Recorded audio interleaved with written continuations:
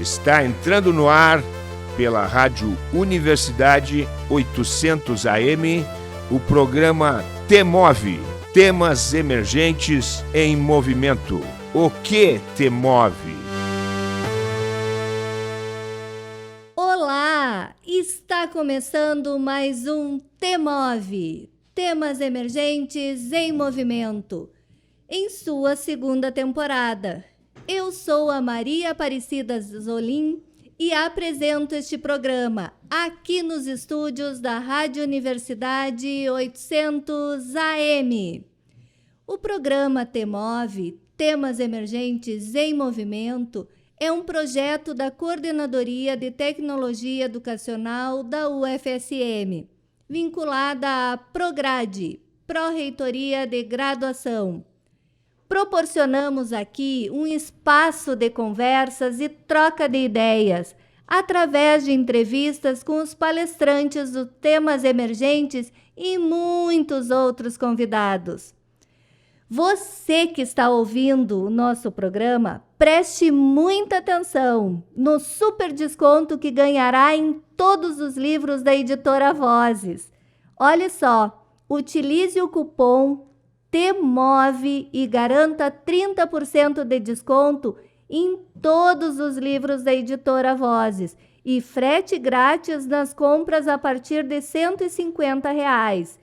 Desconto válido até o dia 30 de maio de 2023, enquanto durar o estoque. Condições válidas apenas para entrega via PAC. Acesse lá www.livrariavozes.com.br. Se apresse, vai lá e compre e aproveite e compre os livros do nosso entrevistado, que é uma referência em educação, que é o professor Dr. Miguel Arroio. O professor Miguel é doutor em educação pela Stanford University e pós-doutor pela Universidade Complutense de Madrid. Professor titular emérito da Faculdade de Educação da UFMG. Doutor honoris causa da Universidade Federal Fluminense. Foi secretário adjunto de Educação da Prefeitura de Belo Horizonte. Professor Miguel, que alegria tê-lo conosco. Seja muito bem-vindo. Muito obrigado, Maria Aparecida, por esse convite. E já que não podemos estar aí, olhos nos olhos, como fala o Chico, nós vamos estar um pouco distantes, mas também dialogando sobre, como você coloca, temas emergentes. Eu podia colocar sujeitos emergentes. Perfeito. Eu acho que vocês, pelo que você me falou, vocês não estão atentas só a um tema, este outro tema. Os sujeitos não somos temas. Exatamente. As infâncias agora tão criminalizadas, nesse dizer que as escolas públicas são antros de violência, não são temas. São sujeitos. Sujeitos. Eu tenho um texto que vocês devem conhecer. Pedagogias em movimento. Sim. Mas de quem são essas pedagogias em movimento? De movimentos sociais.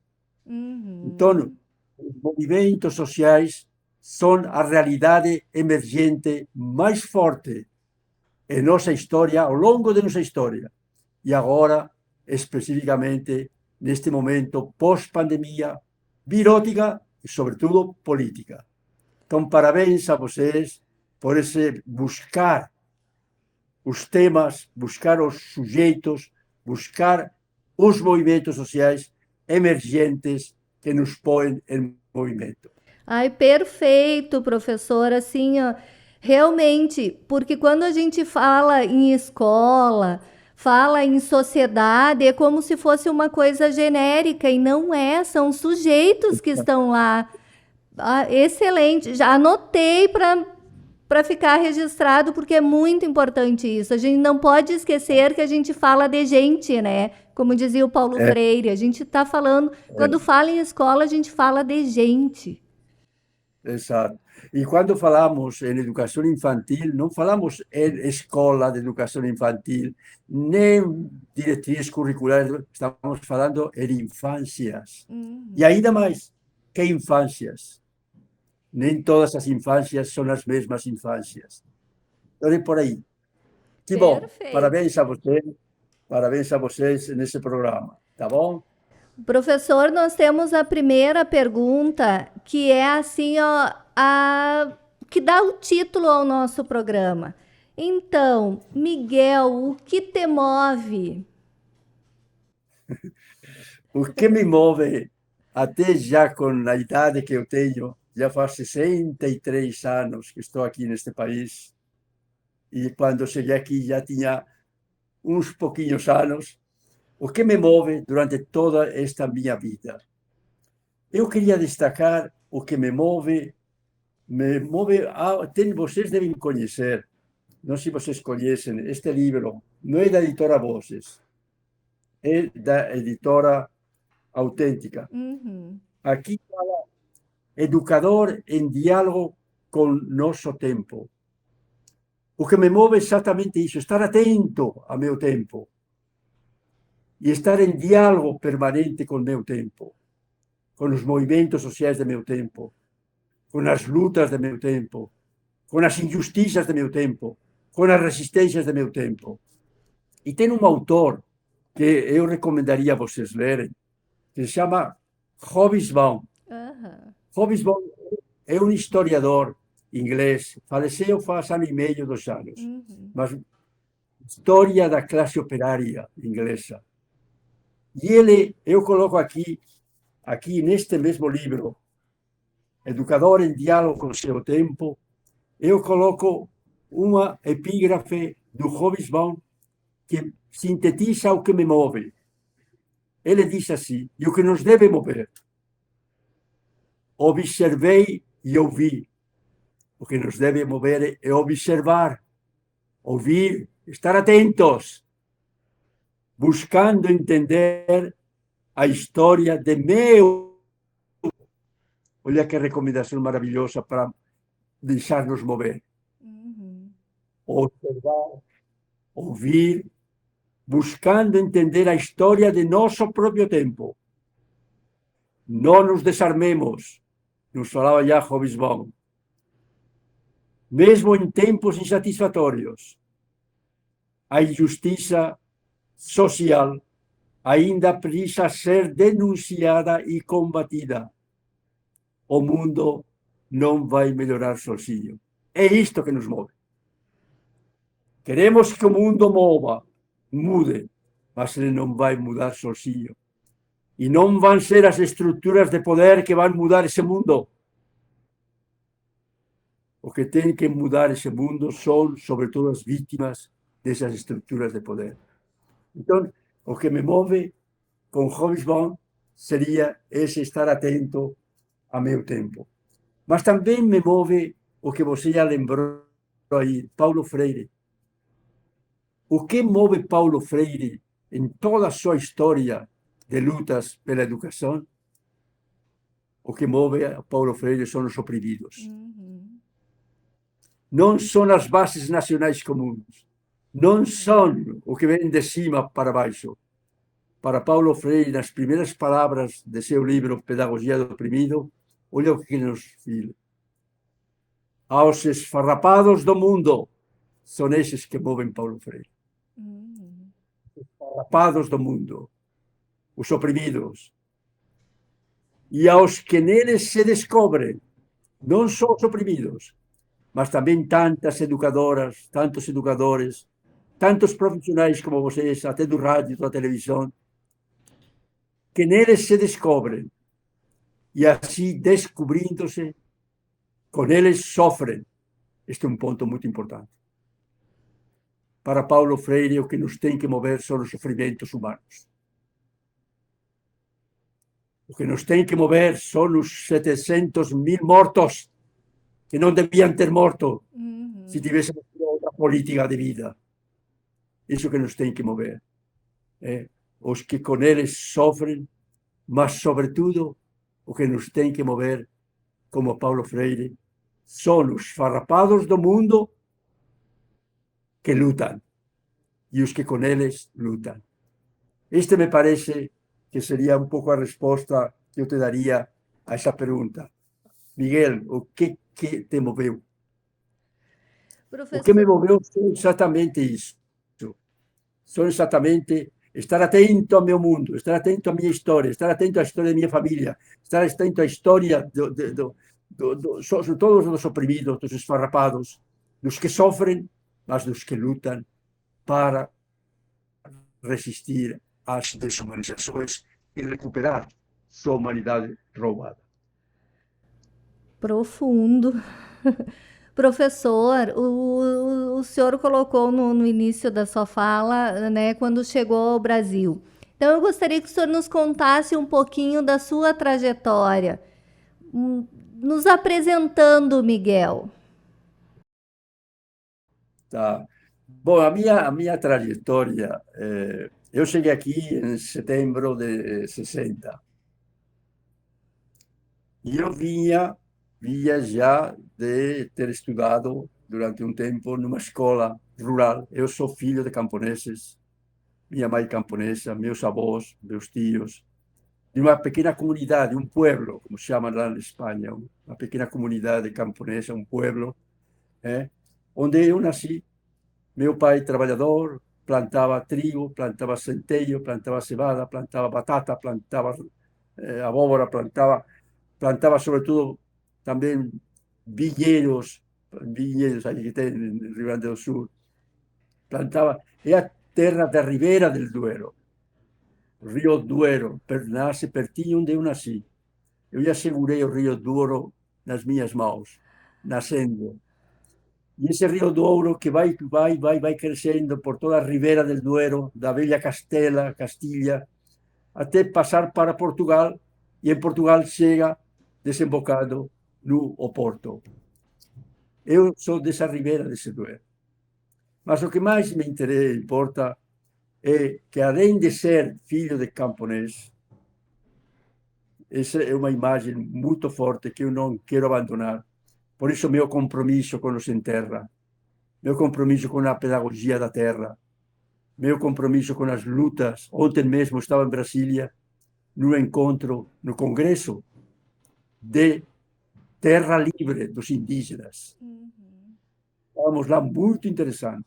Vocês podem entrar no congresso ontem, o Dia Mundial da Educação. Quem estava defendendo a educação eram indígenas, quilombolas, negros, lá, gritando pelo direito à educação, por não continuar sendo segregados como inumanos. Muito interessante.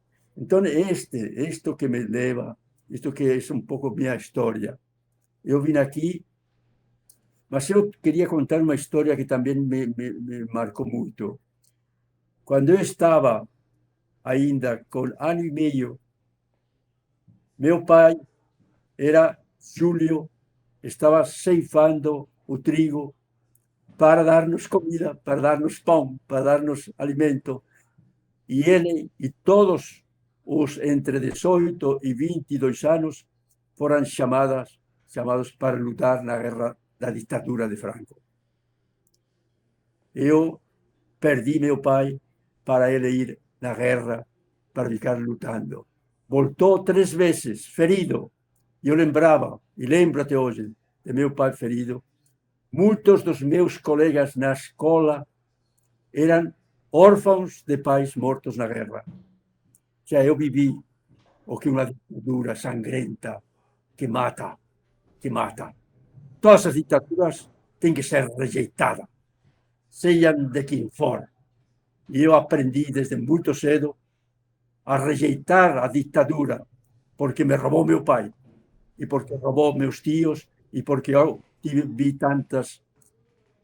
As mulheres da minha cidadezinha, todas de negro, en luto por tantas mortes, as noticias de mortes que chegavam na guerra. Meu pai sobreviveu, mas sempre doente, sempre fraco, sempre trabalhando, até que morreu com 60 e poucos anos. Então, isso faz parte da... A história da gente nos marca para a vida inteira. Temos que trabalhar mais, educadoras e educadores, para conhecer as histórias de cada aluno. De cada aluno. Histórias que não são histórias românticas, que são histórias de sofrimentos. Quando eu ia na escola, o professor sabia quem que eu era, porque ele sabia dessa história. Mas quantas vezes chegam 1.000, 2.000, 4.000, 100.000 das nossas escolas que não sabemos de nossos alunos? Esta é uma questão muito séria. Cada infância, adolescente, jovem ou adulto que chega na EJA ou que chega na escola, chega carregando uma história. Uma história de sofrimentos, a vezes mais do que alegrias. Uma história de ver sua mãe sair muito cedo para trabalhar e ele não saber com quem ficar. Eu lembro quando minha mãe ia trabalhar no campo com meu pai. E eu, que sou o primeiro de 6, ela me falava, quando acordarem teus irmãos, você dá isto, dá aquilo, troca a fralda, dá de comida, cuida deles. Ou seja, nós aprendemos tudo isso. Todas nossas grandes aprendizagens, como humanos, foram aprendizagens, sobretudo, na família, sobretudo da mãe. Temos que dar mais valor na educação à função da mulher, da mãe. É a mãe que leva cada dia seu filho na escola antes de ir para o trabalho. É a mãe que lutou na década já de 70 no movimento de mulheres trabalhadoras pro-creche. É a mãe. Ou seja, todas essas histórias teriam que nos mover. E para isso teríamos que saber. E a pergunta fundamental, será que educamos educadoras e educadores dessas infâncias, desses adolescentes ou dessa EJA, educamos para saberem dessas histórias? Não, educamos para entender a base nacional comum curricular. Dessa base nacional comum curricular, lá onde ela está quietinha, e vamos ter outras bases. As bases que são, como você falou, o que nos move. O que nos tem que dizer não é as diretrizes de cima. O que nos tem que dizer é o viver de baixo, com os que vivemos cada dia nas escolas. Então é por aí que eu fui aprendendo, e você me perguntou um pouco de minha vida. Então, vim para cá, comecei sendo professor, continuei sendo professor. E uma coisa interessante, como eu vinha da ditadura de Franco, e vinha da ditadura de Hitler na Segunda Guerra Mundial, e vinha da ditadura de Salazar, em Portugal, e vinha da ditadura de Mussolini, era o tempo das grandes ditaduras, de 10, 15, 20 e tantos anos.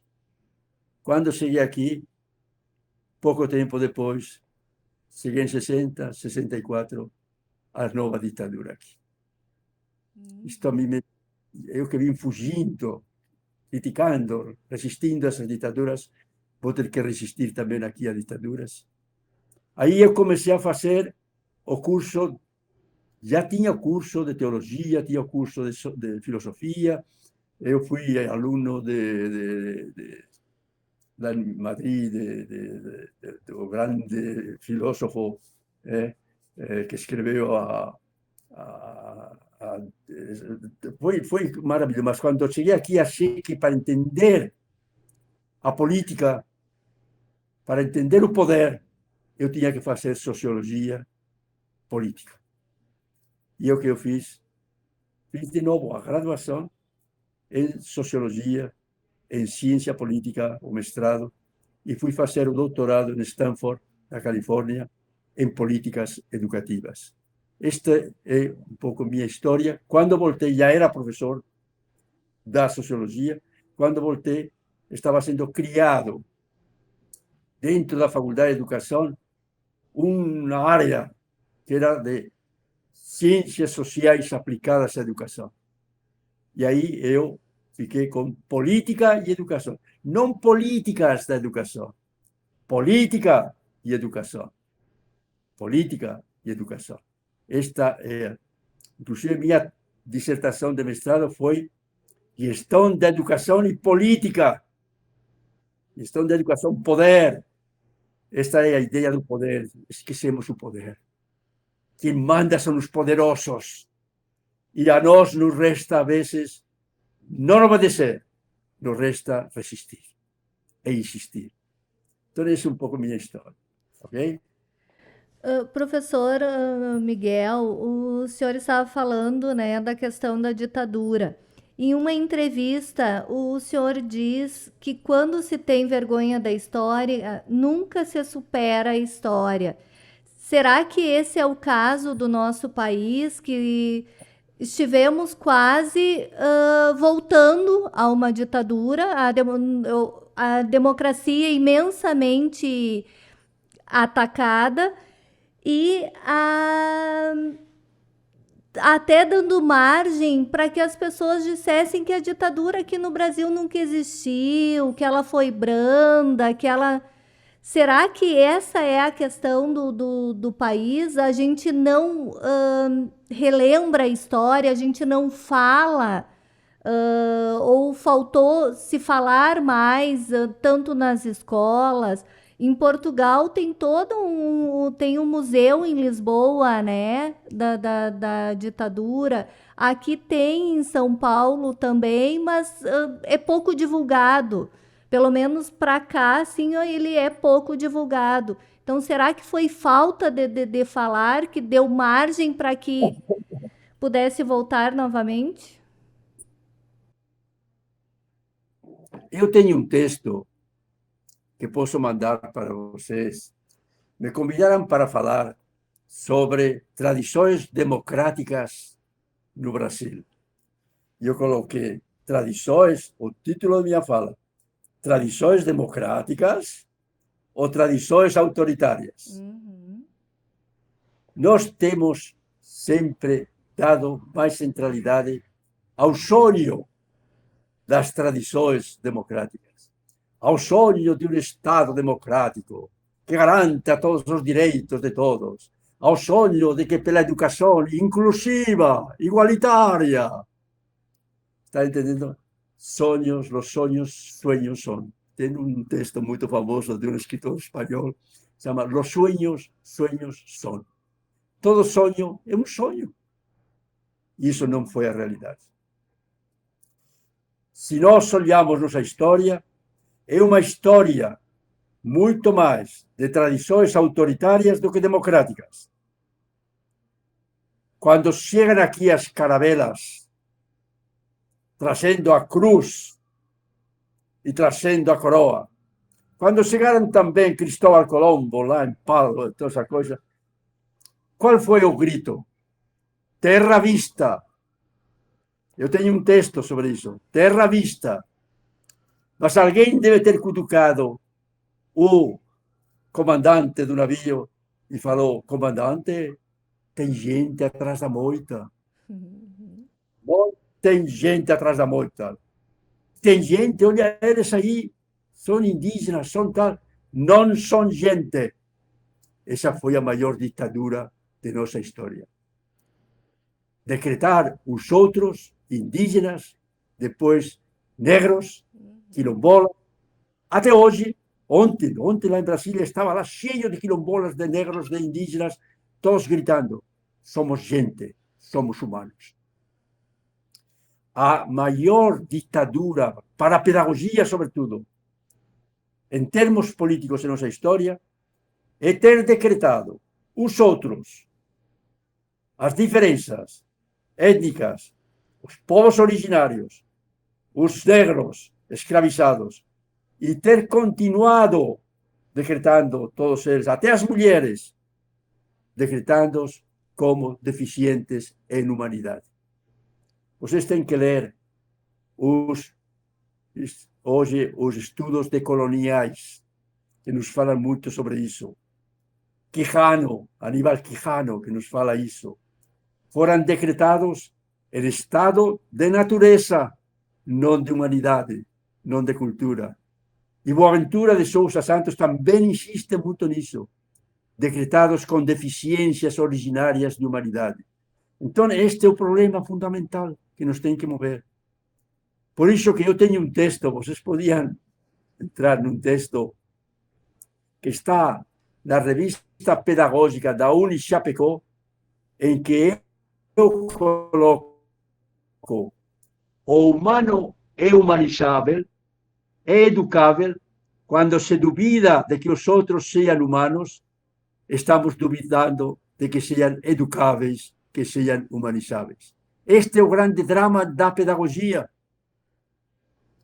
O grande drama da pedagogia não é que a professora não sabe cuidar, não sabe ensinar, que o professor de matemática não sabe ensinar matemática, que de português não sabe ensinar a que é oração subordinada direta. Não é essa a grande questão. A grande questão que emperra, diríamos, a nossa pedagogia, não é a falta de qualificação dos professores.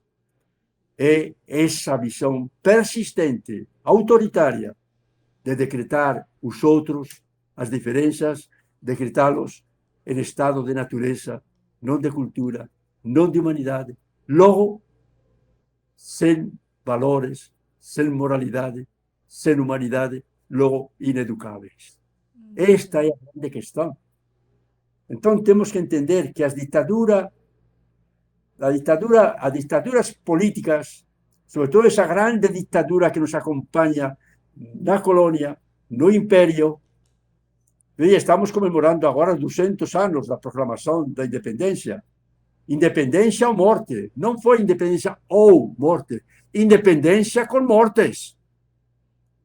Ainda mais de 60 anos, continuando a escravidão no Brasil. Até o final do século. E a independência foi em 22. O sea, o que quer dizer? Que essas são as grandes dimensões autoritárias de nossa história. Não é simplesmente que se o último era militar, que se os militares não estiveram, não deixaram de estar.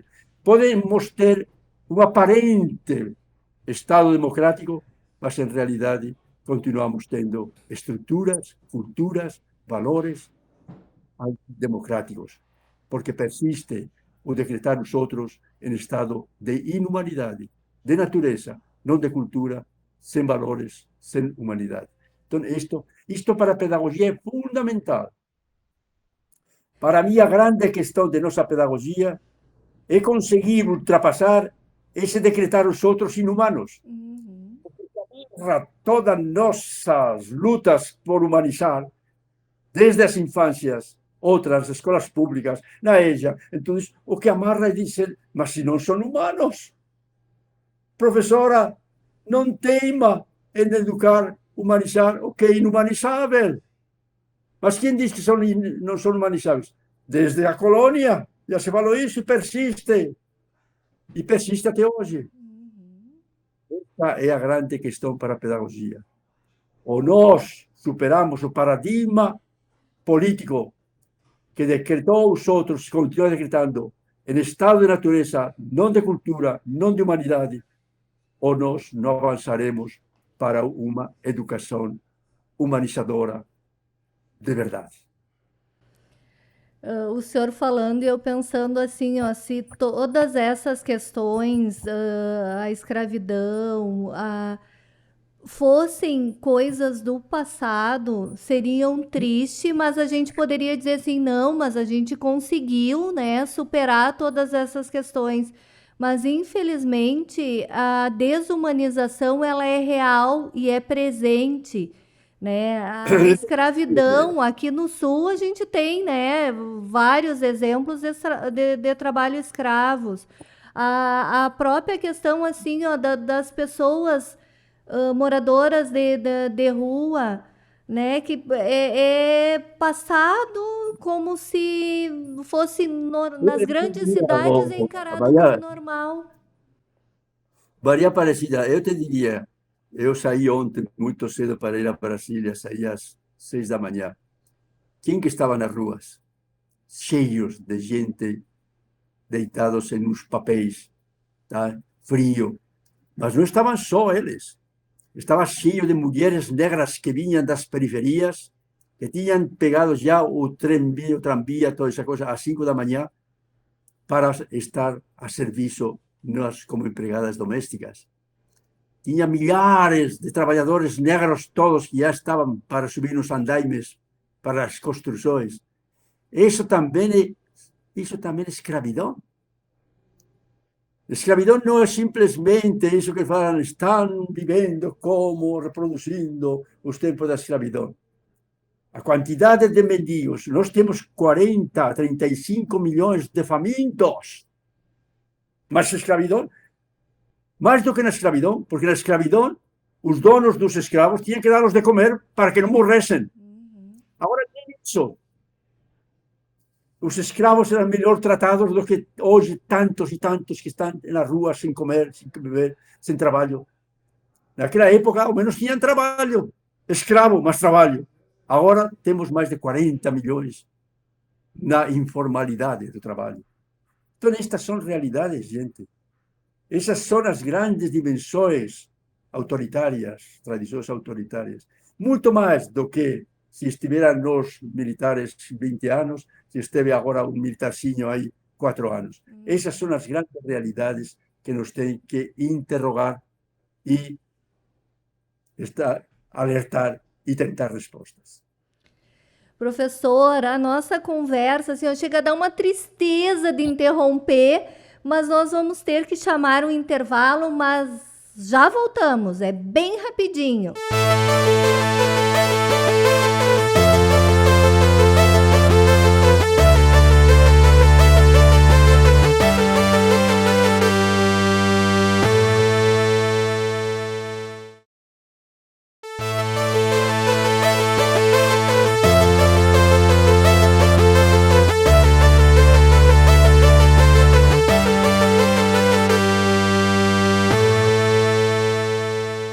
Estamos de volta com o T-Move. Para você que ligou o rádio agora, seja muito bem-vindo, seja muito bem-vinda.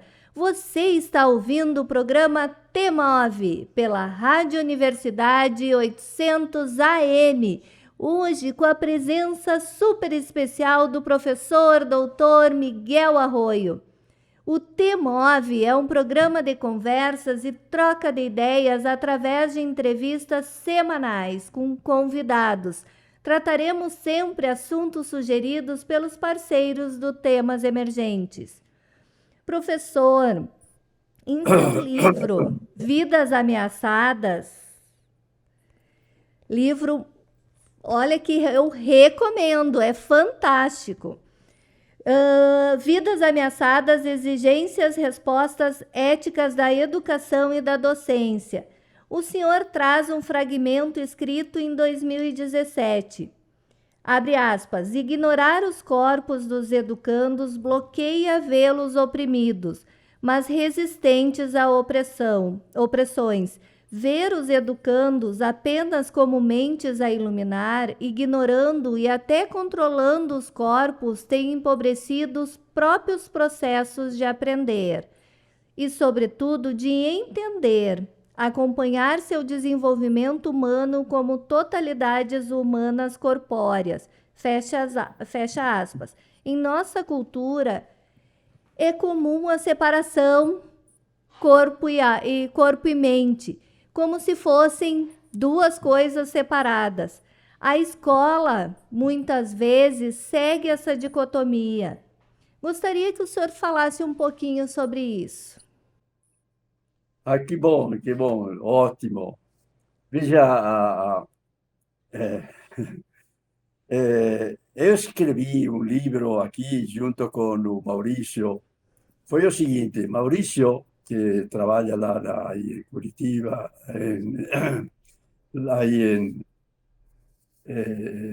ele estava preocupado e ele trabalhou sempre na área da educação, junto com outros professores da educação física. E quem trabalha na educação física trabalha muito com os corpos. Aí ele me mandou uns trabalhos muito interessantes lá, de desenvolvimento. Queria que o senhor fizesse um prefácio desse livro, muito rico. E eu falei, não quero só fazer um prefácio, eu quero também participar desse livro e que dê origem a este livro, Corpo e Infância. Veja, meu filho que faz as capas. Ai, são lindas! E olha o que colocou aqui. Dá para ver? Uma criança negra num rio, como perguntando-se: as águas desse rio para onde me levarão? Talvez, quando seja maior, vai ouvir o samba que vai dizer: não é você que se navega, menino, quem te navega é o mar. É o mar do racismo, é o mar do desemprego, é o mar da fome. Isto é muito forte. Muito forte. Ou seja, para onde que eu vou? Para que onde que vai meu corpo, nu, quase? Para onde que vou neste barquinho? Não é você que se navega. Quem te navega é o mar. Esta é a consciência lúcida que tem no povo. Não sou dono da minha história. A minha história está em mãos de quem? Quem me navega? Que águas políticas? Que estruturas? Quando este menino talvez chegou à adolescência, tenha gritado: parem de me matar, de nos matar porque somos negros. Os corpos importam. Isto me parece muito interessante. É bom que você coloque isso aqui. E eu coloquei o primeiro capítulo: corpos precarizados que interrogam nossa ética profissional. Eu fui secretário de Educação de mais de 300.000 crianças, adolescentes, jovens e adultos aqui nas periferias de Belo Horizonte. E quando eu ia nas escolas, eu ia na EJA, o que eu via? Via 20, 30 alunos em cada sala de aula, professoras lá, tentando cuidar daqueles corpos precarizados. Então, a pergunta que eu coloco: deixemos-nos interrogar por esses corpos precarizados. São eles que interrogam nossa ética profissional. Não é a mente. Não somos mente e espírito e corpo. Somos totalidades humanas corpóreas. Isso que eu coloquei neste livro, um dos últimos livros meus, Passageiros da Noite, do trabalho para a EJA, itinerários pelo direito a uma vida justa. E o último capítulo, eu retomei o problema dos corpos e coloquei esse título forte, que me parece muito forte, que é Totalidades Humanas Corpóreas. Você, professora, mulher, se é branca, negra ou indígena, você é uma totalidade humana corpórea. E por que totalidade humana corpórea? Se é negra, vai ser segregada pelo racismo. Se é branca, mas mulher, vai ser segregada pelo machismo. São os corpos que nos segregam. Não são as mentes. Quando se segrega uma mulher pelo machismo, não se pergunta qual a mente dessa mulher. Pode ser formada em filosofia, em teologia, em humanidade, em antropologia, mas é que é mulher.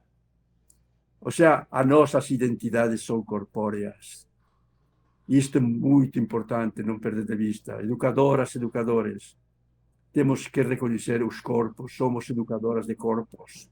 Mas que corpos? Que corpos? Chegam às escolas. Então, aqui, vocês sabem que neste livro, eu fiz uma coisa que recomendaria para vocês. Aqui tem 25 temas diladores, não só para trabalhar com a EJA, mas também para trabalhar com as crianças, com os adolescentes. O primeiro tema, passageiros. Mas de que passagens humanas? Ou inumanas? Negros. Que cultura? Sujeitos de cultura, sujeitos de valores. Eu recomendo olhar os sujeitos. Não olhem os conteúdos, olhar os sujeitos. Quando você vai preparar uma aula para amanhã, não pensa: eu sou professor de gramática e vou querer saber oração subordinada direta. Você tem que pensar: eu vou dar aula disso para quem? Para subordinados ou insubordinados diretos? Essa que é a grande questão. Se você é professora de geografia, eu vou dar aula sobre a natureza, sobre o espaço, mas você tem que dar aulas sobre quem mora nesse espaço, ou quem sobrevive nesse espaço, ou quem é segregado nesse espaço. Do contrário, você não consegue ser professor de espaço. Entende? A mesma coisa sobre história. Se você vai dar aula de história, por exemplo, agora, a proclamação da independência, você tem que falar, mas quem que proclamou a independência? O próprio filho do presidente proclama a independência do Brasil depois de tantos anos de colonização. Mas que história é essa? Então, e com independência ou morte, mas com morte ou sem morte, com escravidão ou sem escravidão, entende? Estas são as grandes questões que temos que trabalhar. Então, aqui coloco que temos que usar muito as artes. As artes falam mais verdades do que as ciências. Isso é muito importante. Se você pega as artes, a cultura, a música, se vocês pegam a pintura, se vocês pegam o próximo livro que vai sair, está já saindo estes dias, depois de Vidas Ameaçadas, toma nota, é Vidas Reexistentes. Nossa! Vidas, depois de ameaçadas, vidas existentes, reafirmando sua outra humanidade na história. E o que eu vou colocar na capa desses livros? Quem são os símbolos das resistências, colocando sua outra humanidade em nossa história? São os retirantes. Então vai ter na capa uma pintura de Portinari sobre os retirantes. Como dizendo, educadora e educadores, a maior parte dos que chegam às escolas públicas de São Paulo, do Rio, do Norte, do Sul, de Santa Maria, do Nordeste, são esses retirantes em busca do direito a uma vida humana mais justa. Então, é por aí. Mas eu convido, então, por isso que eu uso tanto as artes. E aqui, neste Totalidades Humanas Corpóreas, veja o que eu recomendo. Eu não recomendo, não comecem discutindo se somos corpo e espírito, se somos alma, se somos... comecem indo para as artes. E aqui lembrei de Taiguara, hoje, que é um grande músico. Olha o que coloca. Hoje trago em meu corpo as marcas do meu tempo, meu desespero, a vida no momento, a fossa, a fome, a flor, o fim do mundo. Eu queria aqui dizer para as professoras, professores, seja da EJA, seja de idosos, seja de crianças, olhe para os corpos de teus educandos. Ele está dizendo, professora, olha para meu corpo. Você quer saber quem que eu sou? Trago em meu corpo as marcas de meu tempo, meu desespero, a fome, a vida no momento, a vida insegura, a vida ameaçada, a vezes por balas perdidas. Esta é a realidade. Então, e depois coloco também aquela de Milton Nascimento e Ronaldo Bastos, Menino. Quando foi morto aquele menino na marcha do 100 contra a ditadura no Rio de Janeiro, houve uma grande marcha. Você falou que as nossas tradições autoritárias são terríveis, mas as resistências têm sido também maravilhosas. Eu participei daquela marcha dos 100.000 contra a morte daquele menino. E depois veio esta música maravilhosa de Milton Nascimento. Quem cala sobre teu corpo, consente na tua morte. Talhada ferro e fogo na profundeza do corte, que a bala riscou no peito. Quem cala, morre contigo. Quem grita, vive contigo. Eu acho que isto é uma grande lição. Dar uma aula sobre isto, já, pronto. Entende? Ou aqui coloco Maria, Maria, do Milton Nascimento e de Fernando Brandt. Maria, Maria, é um dom, uma certa magia, uma força que nos alerta, uma mulher que merece viver e amar como outra qualquer planeta. Maria, Maria, é preciso ter força, é preciso ter raça, é preciso ter gana, sempre. Maria, Maria, mistura de dor e alegria. Então, esta é a realidade que tento colocar em todos os meus livros. Olhemos para os sujeitos. Os sujeitos, como você muito bem falou, não sujeitos mentes. E, sobretudo, não vontades sem valores. Quanto se fala agora? Não tem valores. Violentos. Escola violenta. Escola que se matam uns aos outros. Escola que matam até as professoras. A nossa escola pública não é uma escola de violentos, mas de violentados. Que é diferente. Violentados por tantas injustiças, por tantas mortes, por tantas incursões das polícias nos morros, violentados. Eu fui uma vez a visitar umas escolas lá nas favelas do Rio. E perguntei, mas por que as janelas aqui são tão altas? E a resposta que a diretora e as professoras, sabe por quê, professor? Para que as balas perdidas não matem as crianças e não nos matem. Quando vêm esses helicópteros terríveis, matando, uma coisa que nós fazemos, crianças todas deitadas no chão, e uma professora falou, e eu me deito por cima delas para que a bala não os mate. Isto é terrível. Essa história nossa, e não de uma escola, de muitas escolas. Isto é a realidade. Este é o que eu coloquei, o que você colocou, neste livro último que eu coloquei, Vidas Ameaçadas. Vidas ameaçadas. E não ameaçadas pela Covid. Quando eu escrevi isto, não tinha nem começado a Covid. É vidas ameaçadas pelos poderes que matam até crianças, até infâncias. E olha o que eu coloquei aí na capa, um bordado das bordadeiras do norte de Minas, da Ângela Drummond, em que tem uma mulher negra segurando seu filho negro, com olhos de peixe, como querendo dizer, minha filha, meu filho, enquanto eu viver, tua vida estará segura. E aqui, na contracapa, olha o que está na contracapa. Na contracapa tem uma marcha de mulheres negras em luta contra o genocídio de seus filhos. Um cartaz cheio de rostos mortos de negros, infâncias, jovens, adultos. E qual é o grito dessas mulheres? Enquanto viver, luto.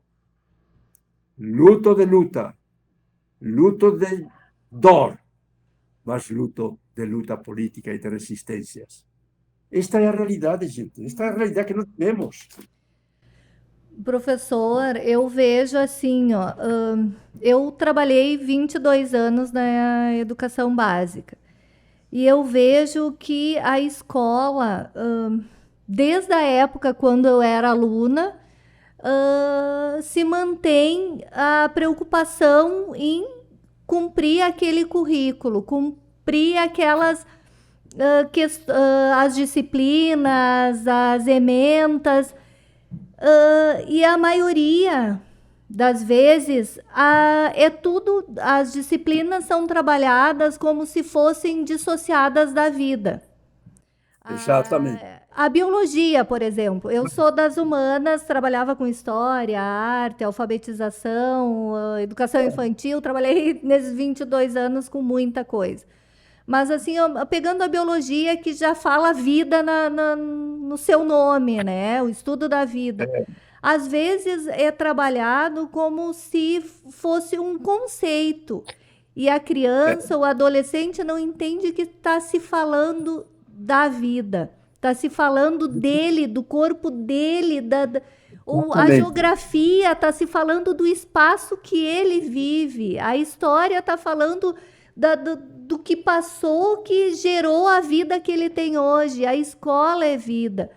Mas o que eu vejo que continua sendo a preocupação, o foco no currículo, cumprir aquele currículo e aqueles conceitos e só. E a gente está vendo toda essa questão nos noticiários da violência, bem como o senhor disse, como se a escola fosse violenta e não que aqueles sujeitos fossem os violentados, e aí todos, alunos, professores. E a gente está vendo que só estão sendo ofertadas medidas de policiamento, né? Teve um prefeito que lá disse que vai colocar a porta giratória nas escolas, como se isso fosse resolver alguma coisa, só essa questão ostensiva de policiamento. O que fazer? Como um currículo pode propiciar a paz, né? E que esses sujeitos sejam realmente vistos como sujeitos. Veja, isto que estamos em tempos, eu estou escrevendo um texto ontem mesmo, é uma das coisas que eu fiz como que era o Dia do Direito à Educação, e nacional, internacional. E eu coloquei, que direito a outra educação, em que outra escola? Porque agora estamos a violência nas escolas como um problema político nacional. Até Lula fez uma reunião com os ministros, governadores, todo mundo. Achei ótimo, que bom. Mas Lula nunca não condenou as infâncias vítimas culpadas das violências nas escolas. Não, ao contrário, ele terminou falando, sugerindo isso. As escolas públicas são o lugar onde chegam os violentados pela fome, pelo desemprego, pela miséria, porque são filhos de pais desempregados, porque são os que estão entre os 60, 40 milhões de famintos. Então, esta é a realidade. Então, nós que temos que entender é a que condições sociais inumanas, que é o que Paulo Freire tanto nos falava, são submetidas essas infâncias oprimidas desde a infância e que chegam às escolas. Esta é a grande questão. Não é condená-los como não somos a favor de que eles batam professor em professor, que matem aquela professora que foi morta. Ninguém é a favor disso. Mas o que não podemos, o que nós temos que jogar, mas por que esses adolescentes fazem isso? Eles são de índole inata, inhumana, violenta. É porque são negros. Cuidado. Menino negro, cuidado. Adolescente negro, cuidado. Menino indígena, cuidado. É isso? Não. Não são de índole violenta, porque são de raças de índole violenta. Isto temos que ter muito cuidado. Estamos num momento em que está novamente voltando essa ideia de que a raça negra, indígena, quilombola, os pobres, são de índole baixa, de índole inumana. E são eles que vão às escolas. Aí tornam as escolas violentas. Isso temos que reagir profundamente a tudo isso. E, ao contrário, dizer, eles são... Olha, uma coisa que está acontecendo, eu estava colocando, que está muito sério. Agora, com esse decretar as escolas antros de violência, estão sendo retomada a chamada educação cívico-militar. Está entendendo? As escolas, Escolas, a professora não dá conta. Essa ideia de uma escola republicana, de uma escola igualitária, inclusiva, isso é bababá. Paremos com isso. Eu sou extremamente contra, porque é repassar, colocar o trabalho do professor, daí o professor fica sempre assim, como aquele que não tem condições de fazer o seu trabalho, tem que um militar ir lá na escola dizer o que ele tem que fazer. Militar é no quartel, professor nas escolas. Veja, isso está decretando, as escolas cívico-militares decretam não só as infâncias violentas, criminosas, mas decretam a incapacidade que teve toda a história de nossa educação pública igualitária até republicana e a história de tantas educadoras e educadores que tentando fazer com que as bestas, esses criminosos, sejam humanos e não conseguiram. Ou seja, estamos no momento de dizer a escola pública republicana, na qual tanto sonhamos, não dá conta dessas infâncias e adolescências violentas. Isto é o que está sendo dito. Então, qual é a solução? Ou aumentar o número de escolas cívico-militares, ou aumentar também a militarização, o policiamento dentro das escolas. Teve um prefeito que teve coragem de dizer que vai colocar todos os professores com um revólver em cima da mesa. Estão entendendo o que estamos chegando? Tem um texto, não sei se vocês conhecem, você podia fazer propaganda disso. Eu fui entrevistado, já faz um ano e meio, pela Carta Capital. Carta Capital. Arroyo, queríamos saber se você topa uma entrevista sobre as escolas cívico-militares. Digo, topo, sim. Mas você a favor ou contra? Sou radicalmente contra. Mas por quê, professor? Porque, no fundo, eles estavam assim, não apoiando, mas um pouco em dúvida. Por quê? Porque, para mim, a escola cívico-militar criminaliza as infâncias populares. Então, vocês podem entrar na Carta Capital, Miguel Arroyo, escolas cívico-militares criminalizam as infâncias populares, e distribui esse texto. Então, isso que está de volta. Está de volta, novamente, diríamos, essas duas coisas que me parecem muito importantes. A escola pública, o ideal de uma escola pública de direitos democráticos, republicana, e a ideia de que os professores, professoras, até bem formados, serão capazes de construir uma escola pública que humanize essas infâncias, é utópico. Paremos com isso e, em vez de escola pública, de educadoras, educadores bem formados, que trabalham com tantas pedagogias maravilhosas, tudo isso já era. Agora tem que ser a escola violenta, a escola policial, a escola cívico-militar. Isto é terrível, terrível. Essa militarização da educação. Então, isto está sendo defendido. Mas há uma coisa que também me está preocupando nessa questão das violências nas escolas. No fundo, estão sendo culpados como violentos não os poderes, não as estruturas racistas, que os negros dizem, parem de nos matar, racismo estrutural. Não é isso.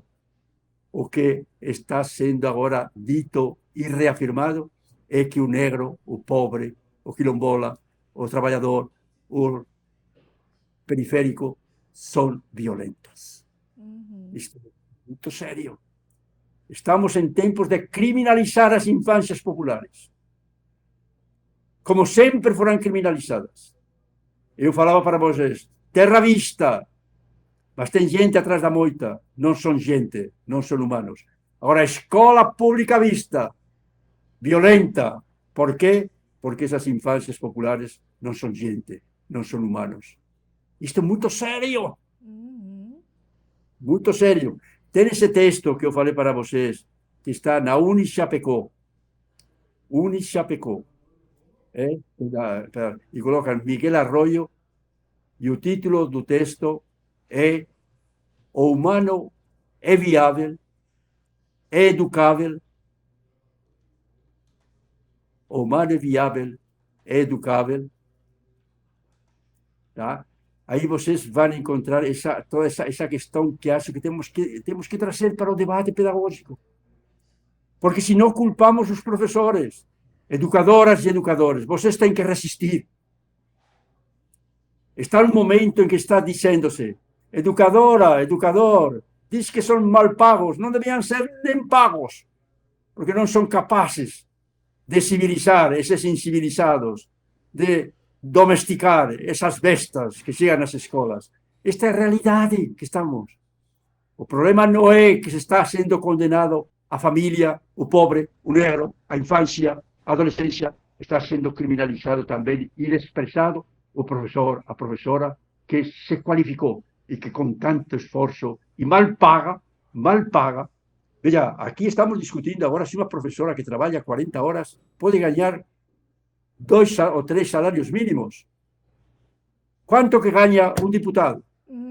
Quanto que ganha um do Supremo? 40, 50 mil por mês. E tem casa, e tem lugar, e tem carro, e tem isto. Ganham cada um deles mais de 60, 70 mil. Uma professora, para ganhar 70 mil, tem que trabalhar quantos anos? A vida inteira, quase. O que eles ganham em um mês, a professora, suportando todos esses meninos, eles não ganham em 4 ou 5 anos. Isto é muito sério.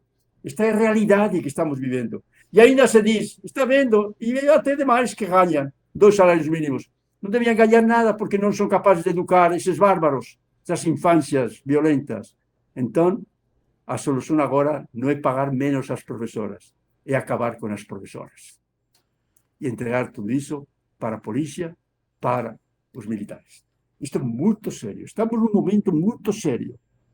Educadoras e educadores, estamos num momento muito sério. Ou resistimos, ou vamos desaparecer. Concordo plenamente com o que o senhor está falando. Realmente é algo assim, ó, desde que começou essa discussão das escolas cívico-militares, eu venho batendo na mesma tecla, assim, ó, colocar um militar na escola para fazer o trabalho lá de manter a disciplina na escola é uma desvalorização para o papel do professor. Eu acho que cada um tem que estar no seu quadrado.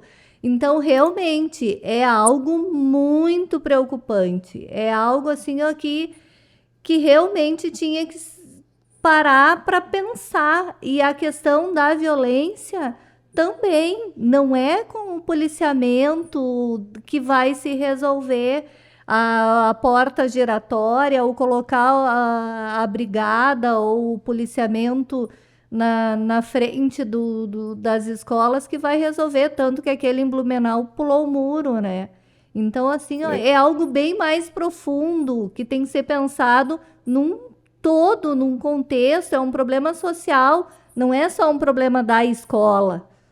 Há uma sugestão que está sendo feita agora, é que, em vez de dar só oração subordinada direta, ou de vez de que tem que dar nas escolas centralidade à formação psíquica, a formação do espírito, né?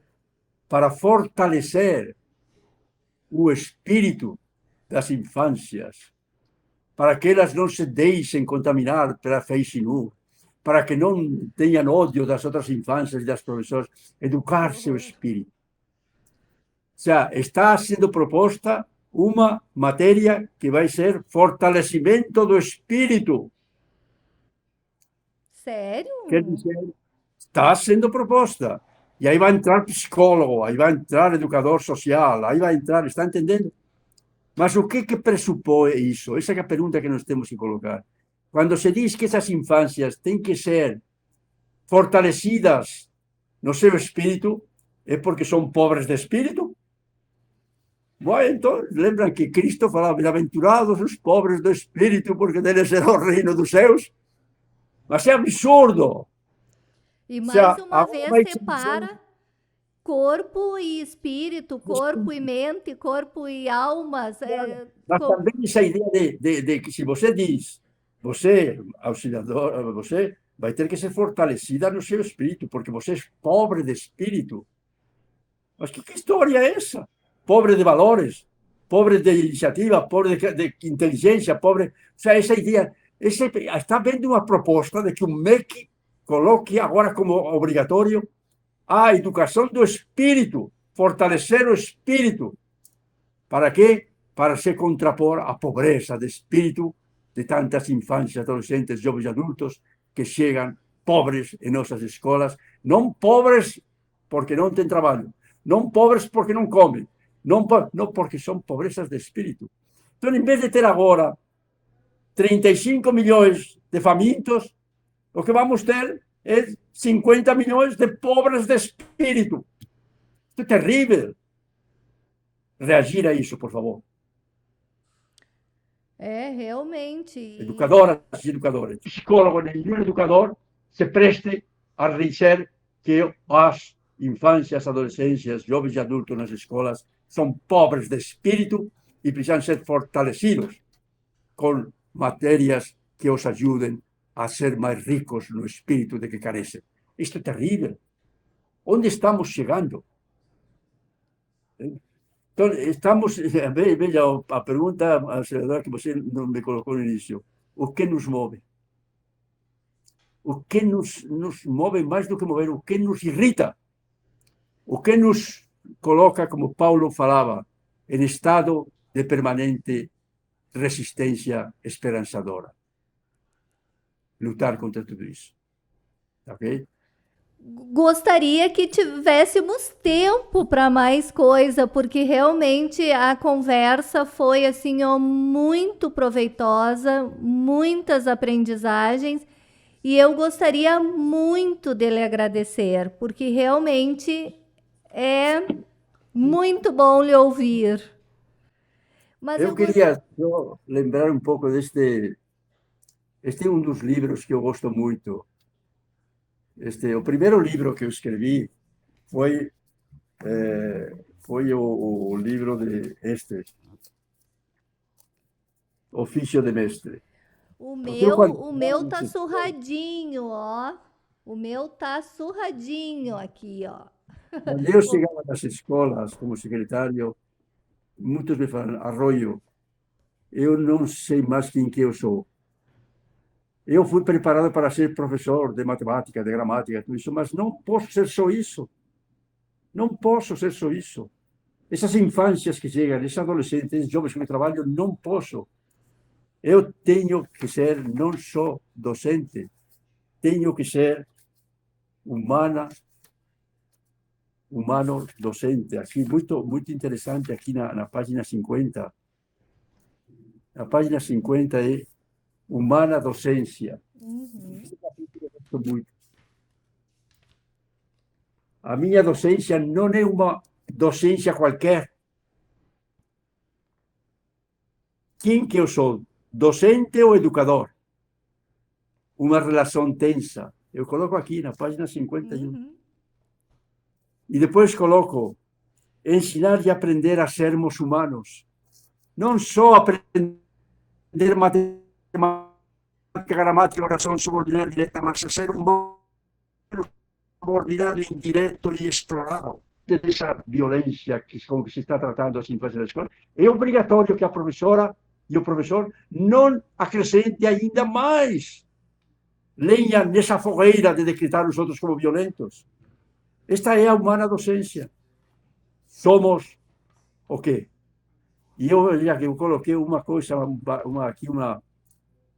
Cecília Meirelles, quem me inspirou isso, humana docência, foi Cecília Meirelles, que ela coloca, e toda humana docência. Eu falei, humana docência? O sea, que a docência não é só docência, não é só ensino. Ela tem que levar em consideração que está trabalhando com humanos, humanizados ou desumanizados, tá? Para inventar-se um ofício, ou morre sem exercício, ou se perde. Quantas humanas docências perdidas, tentando só ser professor de minha matéria, de meu... Uma coisa que nós temos que lutar muito, professores, acabemos com essa história de que sou professor de uma matéria. Uma das coisas que eu coloco aqui no isso, a ser professor não é um modo de ensinar, é um modo de ser. Está aqui escrito, está? um modo de ser, na página 27. Olha, e coloquei Fernando Pessoa. Sim, sou eu mesmo, tal qual resultei de tudo. Quanto fui, quanto não fui, tudo isso sou. Quanto mais, quanto quis, quanto não quis, tudo isso me formou ou deformou. Esta é a realidade. Somos mais do que docentes, educadoras e educadores. Sobre todo nestes tempos em que se trata nossas infâncias, adolescentes, jovens e adultos, de maneira tão cruel, temos que contrapor nossa docência, humana docência, a essas crueldades. Tá? Há uma crueldade que eu trabalho muito neste livro. Imagens quebradas. Eu chegava nas escolas e veja a capa deste livro. A capa deste livro, esta está pequenininha, aqui já está maior. Qual é a capa deste livro? É uma menina quilombola brincando com uma boneca branca quebrada.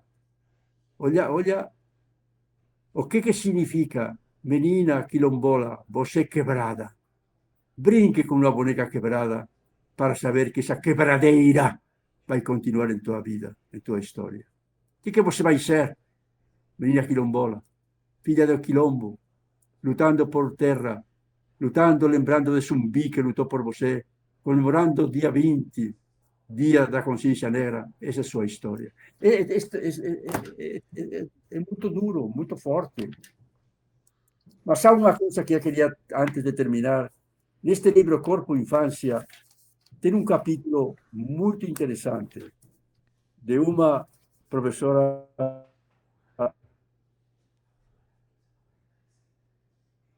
Cília.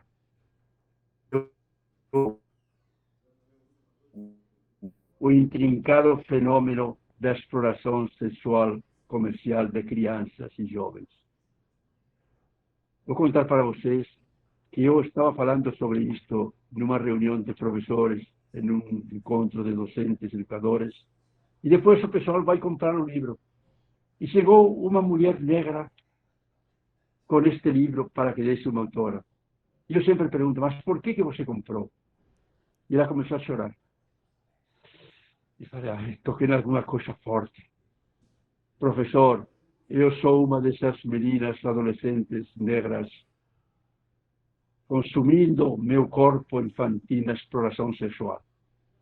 Eu sou vítima dessa exploração sexual. Nunca ninguém me falou isso. Nem na escola, nem quando eu fiz o curso de magistério, nem quando eu fiz o curso de pedagogia.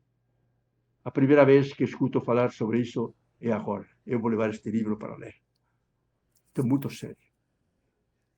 Não faz muitos dias que eu li uma estatística. 49% das violências sexuais são contra meninas menores de 14 anos, pobres, negras, sobretudo. Esta é uma realidade. E chega nas escolas. Será que essas violências, elas vão saber por quê?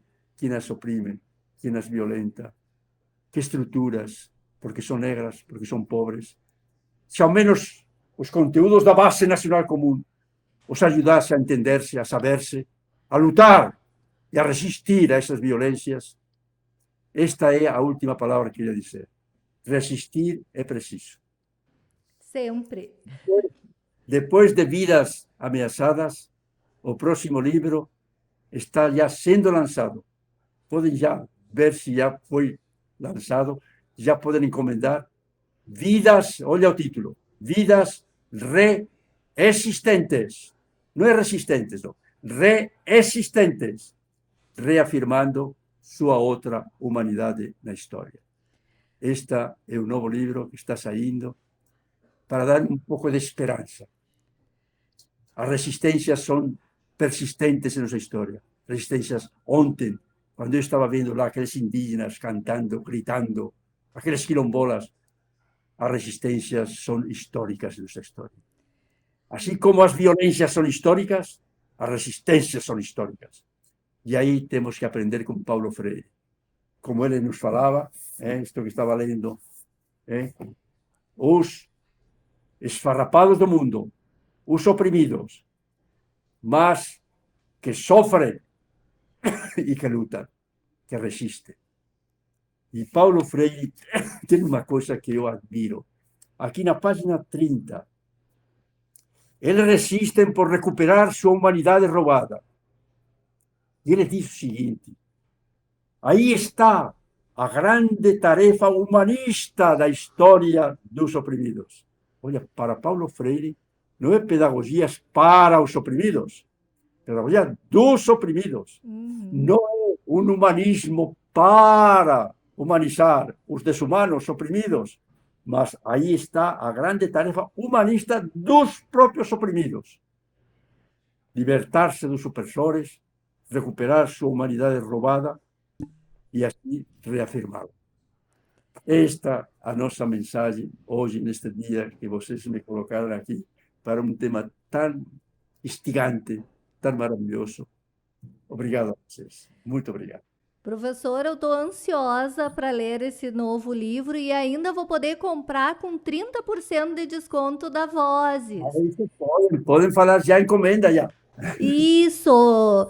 Você que está nos ouvindo e quer aproveitar, comprar os livros do professor Miguel Arroio, da editora Vozes, com 30% de desconto, acesse o site da editora, que é www.livrariavozes.com.br e coloque o cupom TMOVE, tudo junto, TMOVE, e ganhe 30% de desconto em todos os livros da Vozes. Então, vocês que ainda não têm algum livro do professor Miguel, acesse lá e compre. Imagina 30% de desconto, um baita descontão. Professor, quero lhe agradecer imensamente, que realmente foi assim, muito gostoso, muito proveitoso lhe ouvir.